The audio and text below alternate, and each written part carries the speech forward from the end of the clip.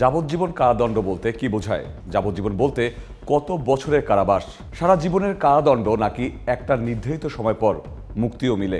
আমৃত্যু এবং যাবজ্জীবন কারাদণ্ডের পার্থক্য কি? চলুন জেনে নেওয়া যাক যাবজ্জীবন ও আমৃত্যু কারাদণ্ডের মেয়াদ সহ বিস্তারিত।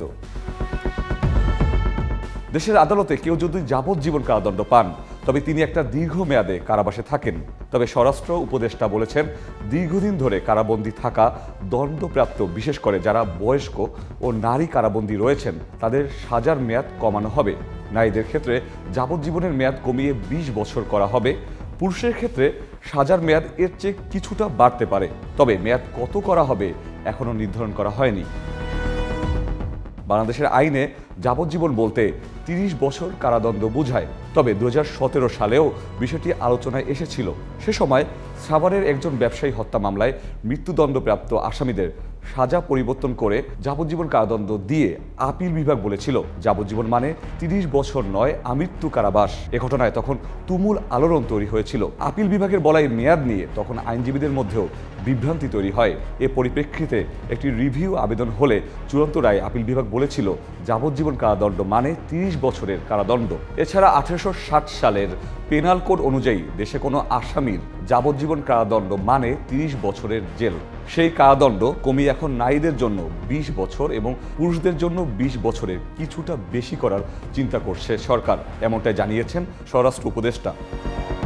অন্যদিকে আমৃত্যু কারাদণ্ড হচ্ছে দণ্ডপ্রাপ্ত ব্যক্তি যতদিন বাঁচবেন ততক্ষণ পর্যন্ত কারাবাস। এক্ষেত্রে মৃত্যুর আগে দণ্ডপ্রাপ্ত ব্যক্তির স্বাভাবিকভাবে মুক্তি পাওয়ার কোনো সুযোগ নেই। 71-এর মানবতা বিরোধী অপরাধের মামলায় জামায়াত ইসলামের প্রাক্তন আমির গোলাম আজমকে 90 বছর বয়সে 91 বছরের সাজা দিয়েছিলেন আদালত। সেটিকেও এক প্রকার আমৃত্যু কারাদণ্ড বলেই বিবেচনা করা হয়।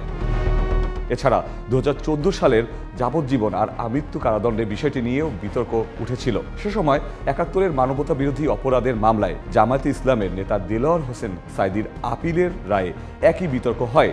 পরে 2016 সালের 26 জুলাই কাশিমপুর কারাগার পরিদর্শনে গিয়ে যাবজ্জীবন মানে আমৃত্যু কারাদণ্ড বলে জানিয়েছিলেন প্রধান বিচারপতি সুরেন্দ্র কুমার সিনহা। তখনও বিতর্ক হয়েছিল। তবে 2017 সালে শেষ পর্যন্ত আপিল বিভাগ বলেছে, যাবজ্জীবন মানে আমৃত্যু নয়, 30 বছর কারাদণ্ড।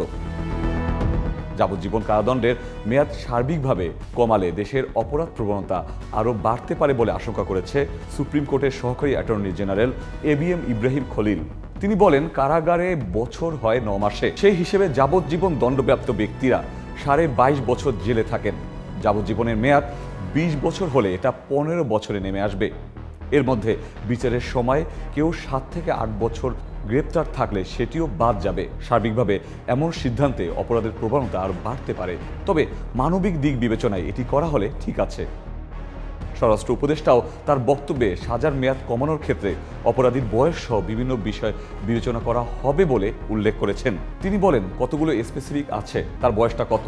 যে 18 বছরে অপকর্ম করেছে, 20 বছর পর তাকে ছেড়ে দিলে তখন সে তার বয়স 38 বছর হয়, সে হয়তো এসে আবার অপকর্ম করতে পারে। এই বিষয়গুলো দেখা হবে। তবে মেয়েদের ক্ষেত্রে আমরা একটু বেশি লিবারেল। আবার কারাগারে অনেক সমস্যা আছে, এটা সংস্কারেরও দরকার। কারাগারের বাজেটের ক্ষেত্রে সমস্যা রয়েছে। বন্দীদের মধ্যে যাদের অনেক বয়স হয়ে গেছে, বিভিন্ন রোগে আক্রান্ত, তাদের ওষুধের জন্য আরও বাজেট দরকার হয়। LME সার্টিফাইড বিশ্বসেরা কপারে তৈরি ওয়ালটন কেবলস, যা আপনার স্থাপনাকে রাখবে সব সময় নিরাপদ।